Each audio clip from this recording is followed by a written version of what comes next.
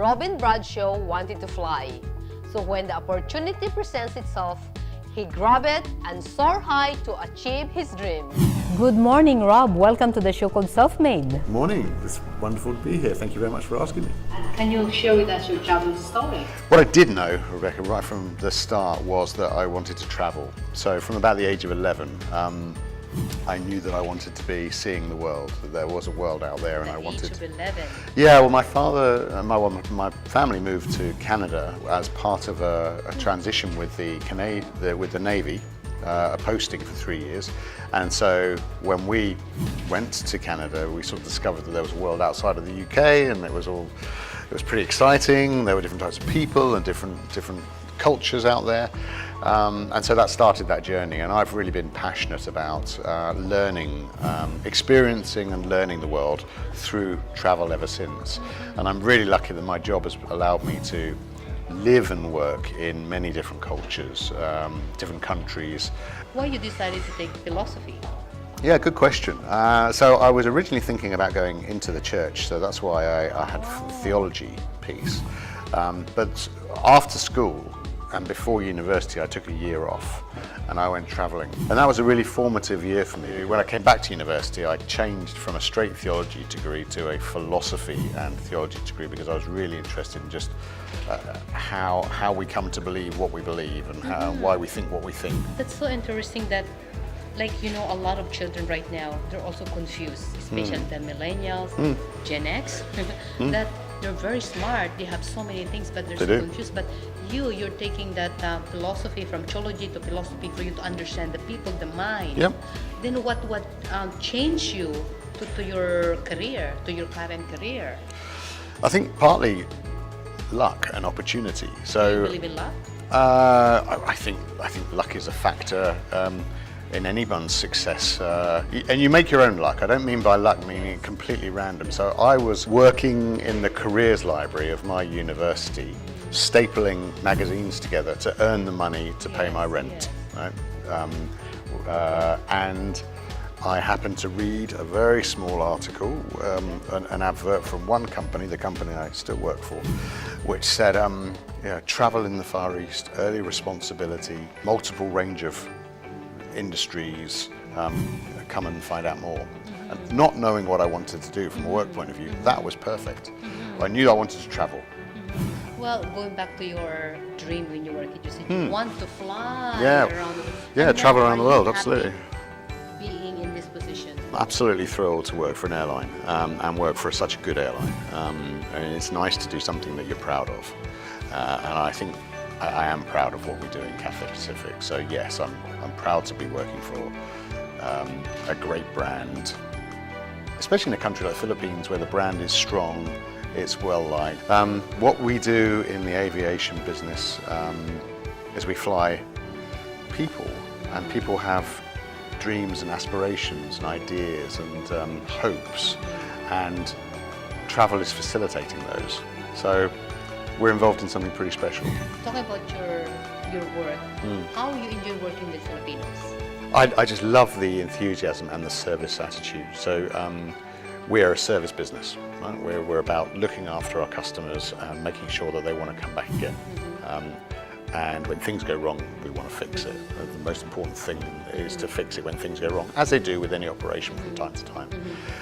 And the raw material of the service-hungry Filipino, the person who's pleased to see when someone else has a nice experience, that's a fantastic raw material to work with.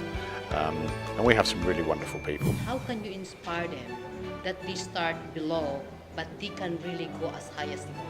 You have to take part, so and work with a real sense of dedication towards your future self. So hard work is really important. Things aren't going to just be delivered on a plate, and helicopter parents that are showering their kids with all of these blessings, for example, rob the children of an ability to understand that life isn't going to be like that. You do have to work hard to get the things that that you want in life. So, yeah, hard work, but don't be disheartened. Failure is an essential part of success, an essential part of growth, of development. So when things go wrong, and things will go wrong, take that as the opportunity to learn, grow, develop, pick yourself up, dust yourself off, and say, okay, now I know a bit more about life, and a bit more about myself, and I'll use that knowledge next time. It shows that you're working with the heart. Yeah, like Yeah. I can feel that, right? But how much in love you are in Philippines? Oh, well, I'm in love with a wonderful Filipino. Is that the reason why you're in love in Philippines? Well, I'm in love. I'm in the Philippines and I'm in love with my lovely wife, who I met in Papua New Guinea a long time ago, back in the late 90s, and we married in the early 2000s. And that's a great love story that has the Philippines at the heart of it. But we didn't meet in the Philippines, and this is the first time that we've actually lived in the Philippines the last couple of years. But we've always been coming back here for holidays. But wherever we've lived, we've always wanted to be a part of the community that we are, of the country that we're living in, and we visit everywhere. So I've probably seen more of the countries that I've lived in than I have of the UK. Are you a tough dad? We are tough parents when it comes to saying no to the kids, and we always have been. There's a great test about the potential of a young person. If you put them into a room and you give them a test to do, and you give them a marshmallow, and you say, you can eat that marshmallow now, or you can finish the test. Wait 10 minutes, and then we'll give you another one. Right? The kids who can hold off gratification for plan a strategy so that they're going to be able to get 2 marshmallows, very, very high indicators for future success, future happiness. And I think we've always tried to, whenever the kids have said, oh, you're walking through the supermarket, I want this, I want that, I want this, I want that. The answer is no. The default answer is no. Save up for it, do some chores, earn some money, wait for your birthday, defer that instant gratification.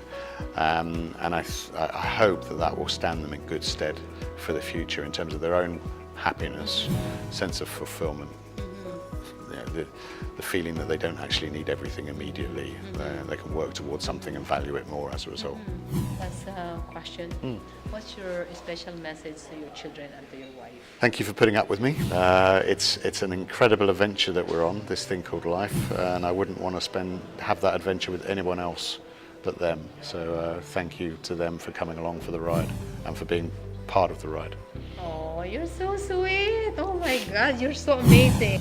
I am Rebecca Bustamante, and this is Self-Made.